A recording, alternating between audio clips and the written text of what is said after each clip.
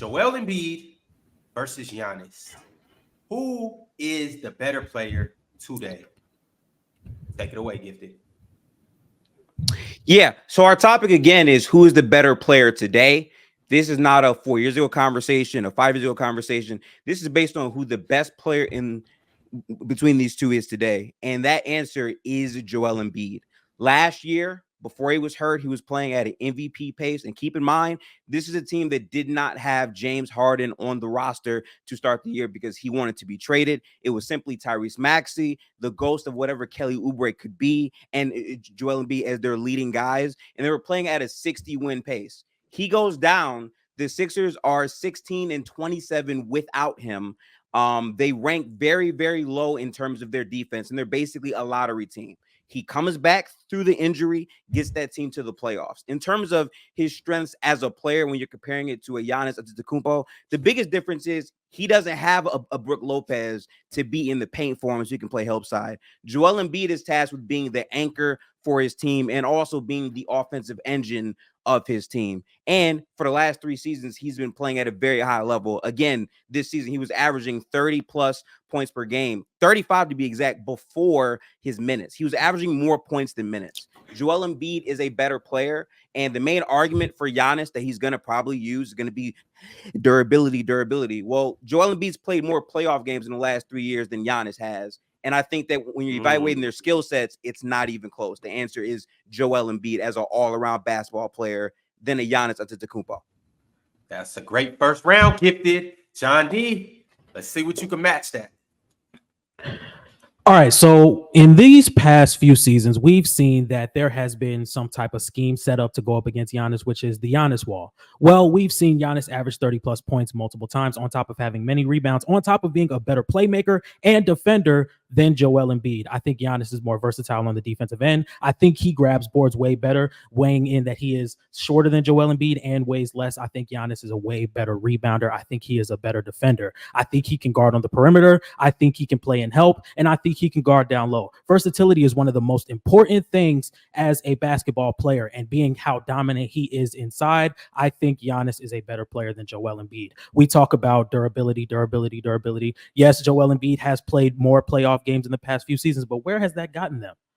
Where has that gotten them? In the playoffs, we have seen Joel Embiid choke multiple times. His shooting has tanked. His play inside has tanked. You can push him to the mid-range, but sometimes that could be very inconsistent as well. Every time we bring up Joel Embiid's name, it's always a what if. If that mid-range is falling, Joel Embiid can be the unquestionable number one guy to lead you to a championship. If Joel Embiid is healthy, that guy is unquestionably able to lead you to a championship. We know that Giannis can do it because Giannis has done it. Giannis is not the best free throw shooter, but when in game 6 of the NBA Finals, he shot 17 for 19 from the free throw line, being able to adjust his game and get a lot better when his team needs it. All right, Gifted, it's back over to you for round 2. Talk to us.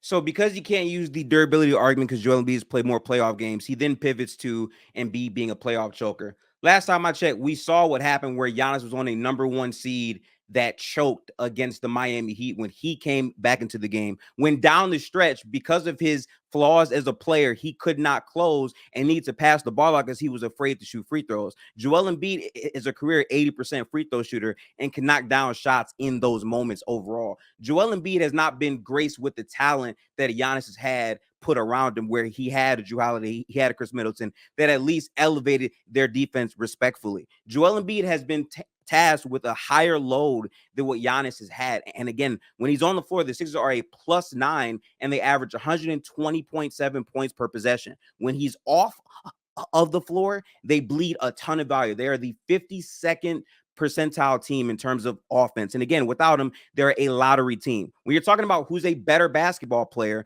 on defense, Joel Embiid is tasked with more as he has to be inside the paint more. And offensively, he's just a much better player. Giannis has his flaws because he tries to create offense from the perimeter. And that's why, by the way, he had to go to Hakeem to try to learn moves to elevate his bag. Joel Embiid doesn't have to do that because he's simply Joel Embiid. He has that variability and can fit around much better teams than a Giannis can based off his play style. This isn't about 5 years ago or 4 years ago. It's based off right now. And right now, Joel Embiid is a better basketball player than Giannis. John D, talk to us. Well, last season against the Miami Heat, where you said they choked. In game 5, Giannis had 38 points and 20 rebounds and shots, 51% from the field. I don't think that's choking. The game before that had 26 points, 10 rebounds, and 13 assists. I don't think that's choking. He missed 3 games in that series. Am I seeing something wrong? No, he missed 3 games in that series. He's still a way better defender than Joel Embiid. He may not have the bag that Joel Embiid has, but he can definitely put points on the board when it matters. I think Giannis Antetokounmpo's dominance around the rim is what gives him the edge over Joel Embiid. I think Joel Embiid has some questionable shot taking. I think Giannis Antetokounmpo is more dominant in the paint. I think he cannot be stopped in the paint. I think he is longer. I think he's more versatile. I think there are a lot of things that Giannis brings to the game that Joel Embiid just does not. I think Giannis can be put in different situations on offense where he can be a playmaker. He could be a solid screener. He could be solid down low. I think he could be a solid glass cleaner, second chance points. I think Giannis Antetokounmpo is better in all those statistics. I think that Giannis is more versatile on defense, and he has a better shot blocking ability than Joel Embiid. I think he's more impactful around the rim. I think he's more impactful in switching. I think he is more impactful in help. I think Giannis on defense is better than Joel Embiid. And I think otherwise than bag, I think Giannis is just as dominant as Joel Embiid is. Go ahead, Gifted. It's back on you. Round 3. So he said in terms of bag, he believes Giannis is just as dominant as Joel Embiid, a player that was averaging 35 points per game as a 3-level scorer that was unstoppable during the regular season, a player that has been higher in the MVP race than Giannis for the past 3 overall seasons, and last year would have been a runaway favorite to win it. We're talking about a player that ultimately, as a defense, did not have the level of defensive tools that Giannis had around him. Joel Embiid has been a player that for the majority of his career has been a dominant basketball player and has learned how to play many different ways. He's more versatile than Giannis because Giannis is more so of a rim threat. The Bucks made a trade for Damian Lillard, and people said, how are you going to stop the Giannis pick and roll? Well, during the regular season, that didn't happen as much because their best play was really Dame and Brook Lopez because Giannis is a poor screener. Joel Embiid is a better screener. And more importantly, Joel Embiid as the rim deterrent at the basket with his profile offensively is a much more versatile player than Giannis. He also brought up his stats from game 5. Again, we've seen the flaws and limitations in Giannis's game. And you want to talk about all of these what ifs. Going back to the championship 4 years ago doesn't move the needle when that whole run that they had was a what if. People say the Brooklyn Nets, if they stayed healthy, probably would have beat that team that won 7 games without all their players being there. Joel Embiid has been the better player right now because this is the right now conversation and not before. And in terms of versatility, he fits way better because he can shoot the ball, make his free throws, and play defense as a 5, not needing a 5 to play with him. Keep going, Gifted. John D, your time starts when you do. Okay, so before we get started, I think there was a mix-up because I definitely thought I had Joel Embiid. My notes are all for Joel Embiid. So I've been going off the top of the head.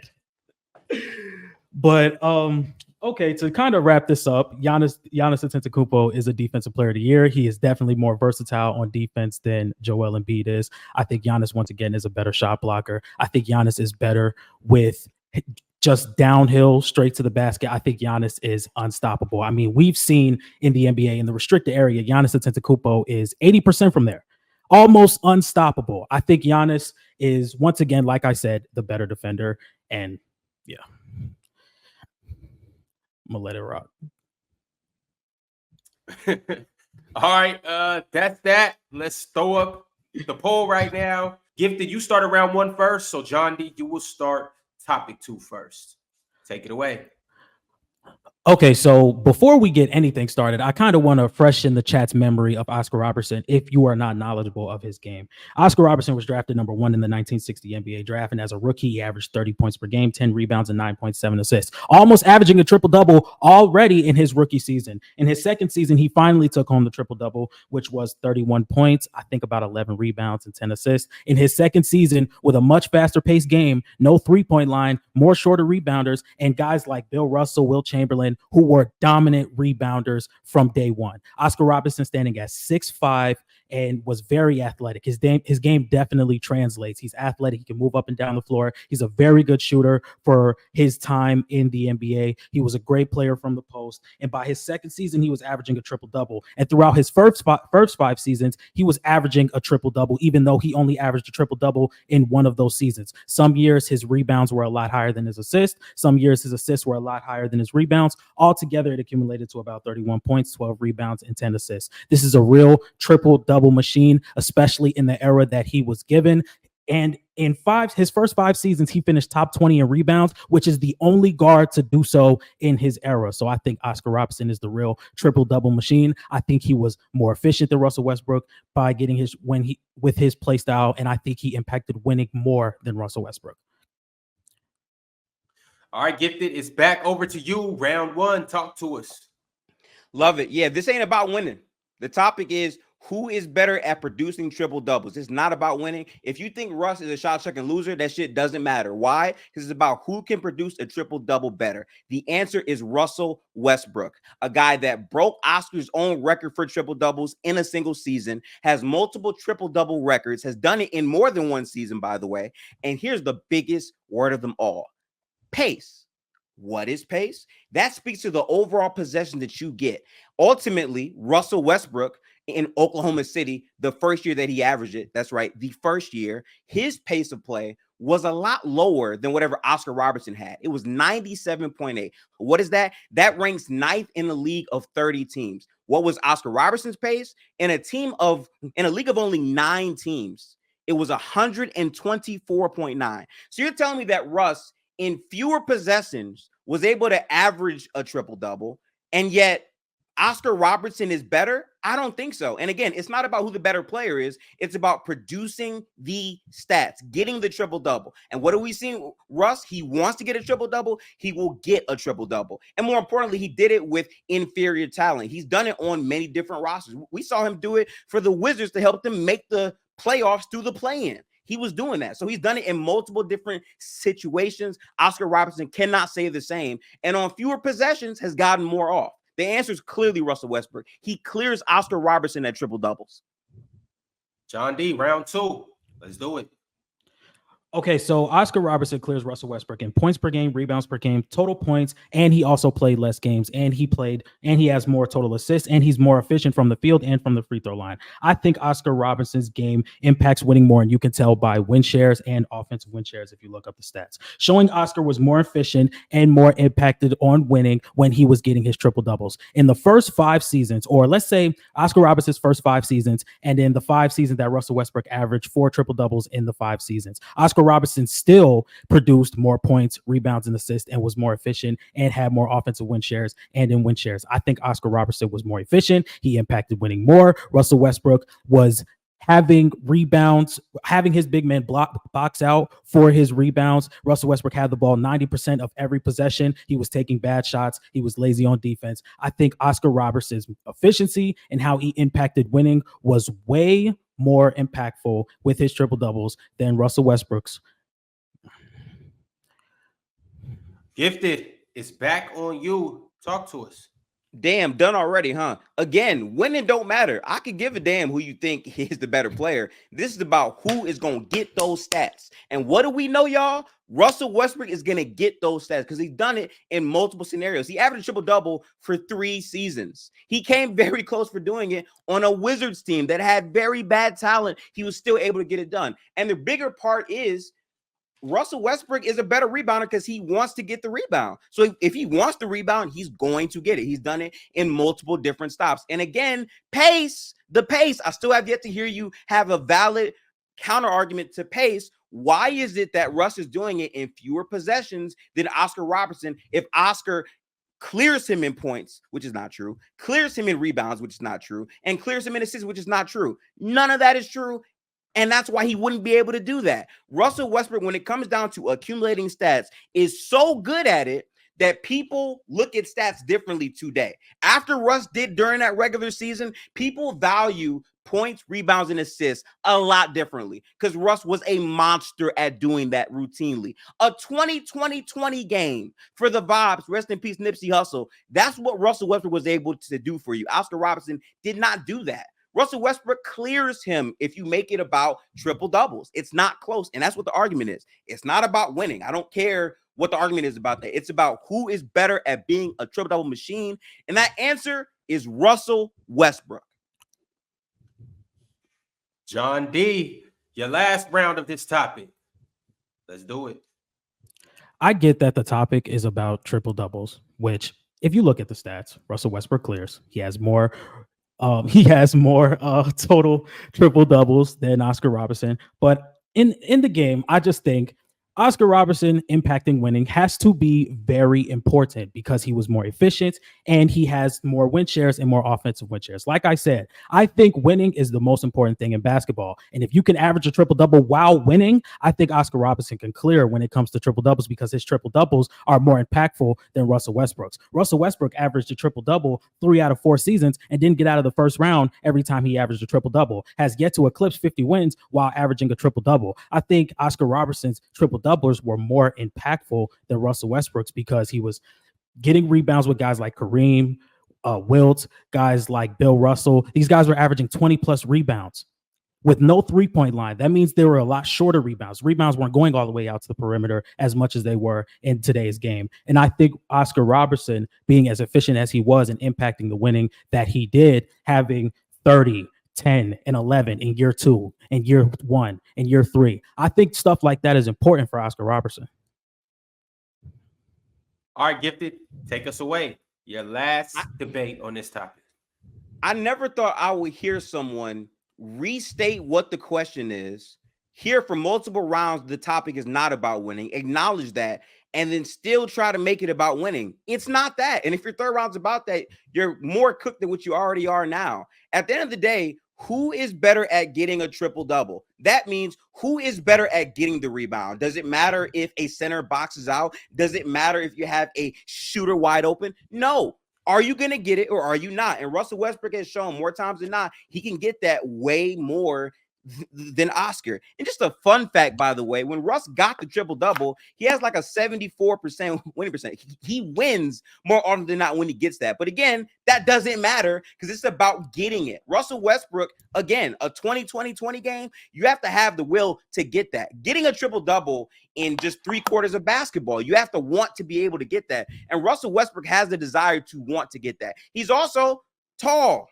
He's a pretty tall and athletic point guard who can do multiple different things. And again, he's done it with James Harden.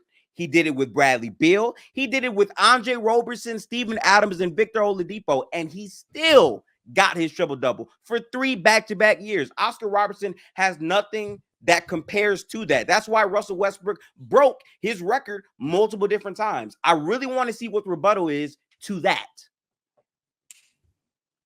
All right, y'all. That is 3 rounds. Go ahead and put up the poll, and you guys get over there and go vote on who you believe made the better argument. So now let's get into this.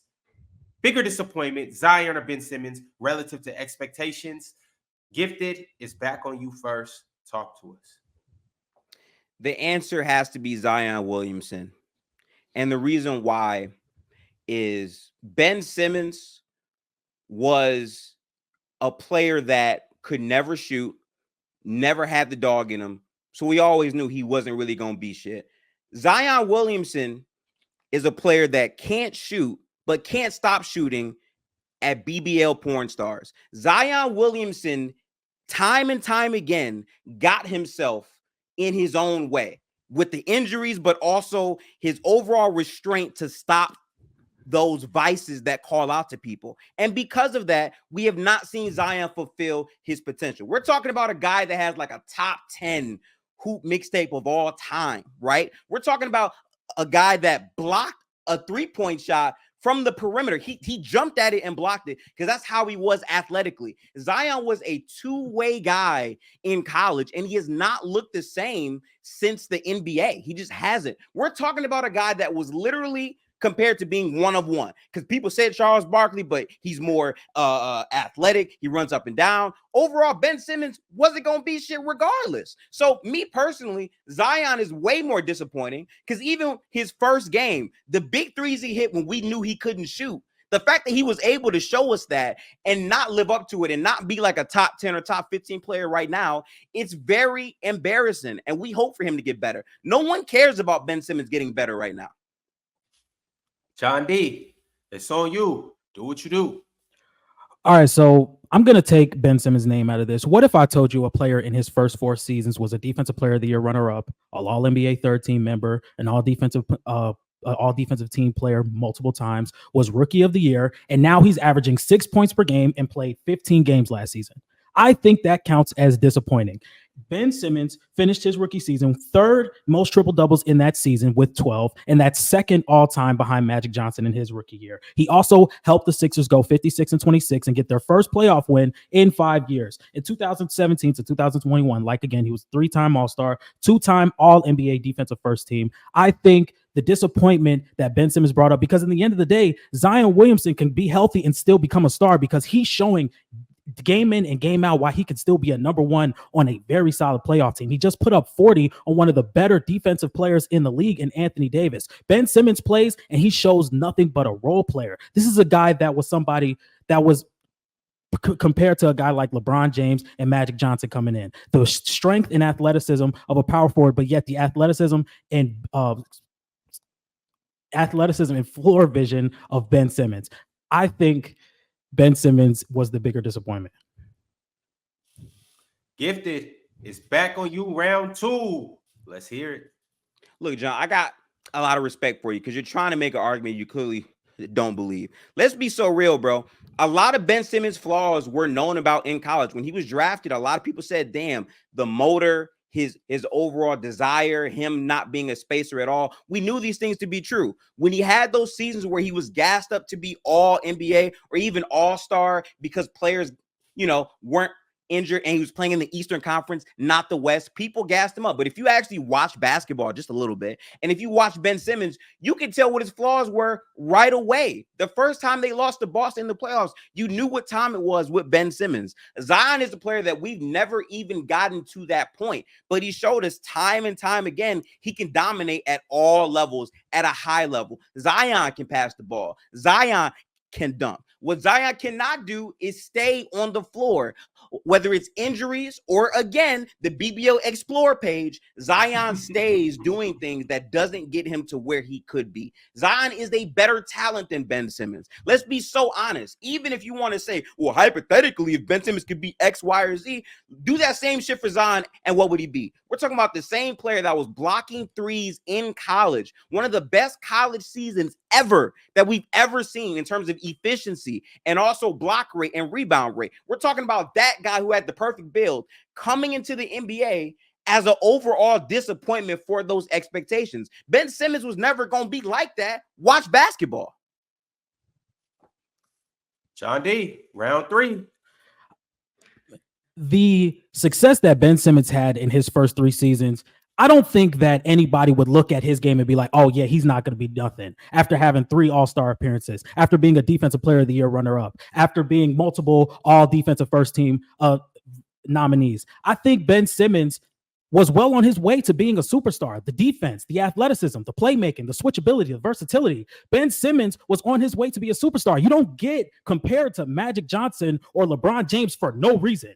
I mean, when we saw him in high school and in college, he was getting those type of comparisons, and we're supposed to just look at them and be like, oh, no, he's not going to be that. While Zion Williamson, he's still showing that he could be a superstar player. He has never had the playoff success yet. He hasn't shown himself in the playoffs. Everybody was asking, can Zion Williamson be effective in the playoffs? In his first playoff game, he put 40 up against the Lakers and Anthony Davis, 40 points, 11 rebounds, 5 assists. This year, he averaged 23 points, 6 rebounds, 5 assists, shooting 57% from the field. And while he was healthy, the Pelicans were a for sure playoff team in the Western Conference. Ben Simmons, healthy this season, is averaging 6 points after having that star-studded early start to his career. I think Ben Simmons is the bigger disappointment because he still cannot get back to what he used to be in his early 76ers days. I do not think Ben Simmons has a chance to get back to that, and he was showing that he could be a top player in this league. All right, Gifted, it's round 3 for you. Take us away. He talked about what Ben Simmons used to be on the Sixers. Are you talking about the most dangerous triple single? No, Ben Simmons was never like that. Again, what people have to remember is, was Ben Simmons ever the best player on the Sixers? No, it was Joel Embiid. And ironically, we saw it play out because guess what they did? They said, well, let's build a team around Ben Simmons. They got Al Horford specifically for Ben Simmons, not for Joel Embiid, but for Ben Simmons because he can't fucking shoot. So because Ben Simmons can't shoot, he can't do other things. He wants to pass the ball. He has a high true shooting because all he does is literally run and dunk. They say that Giannis is run and dunk. Ben Simmons is for sure run and dunk. Because of that, they tried to build a team around him.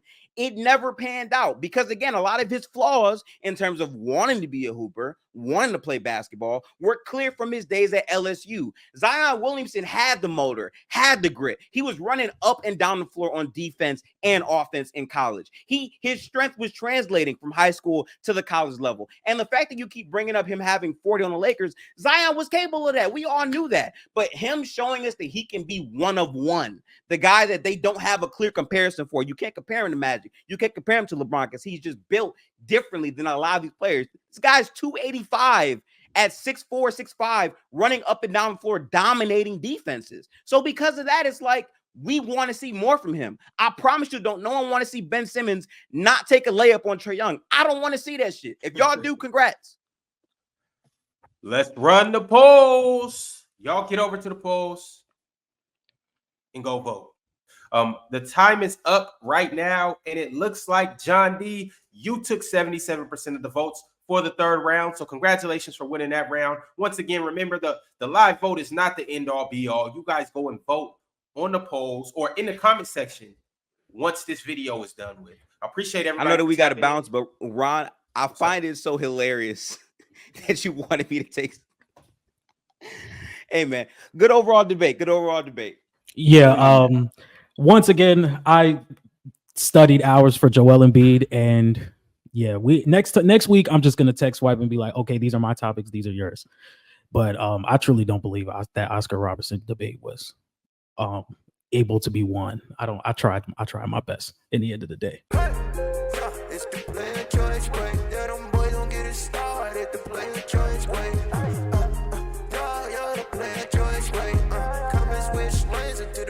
Join, wait,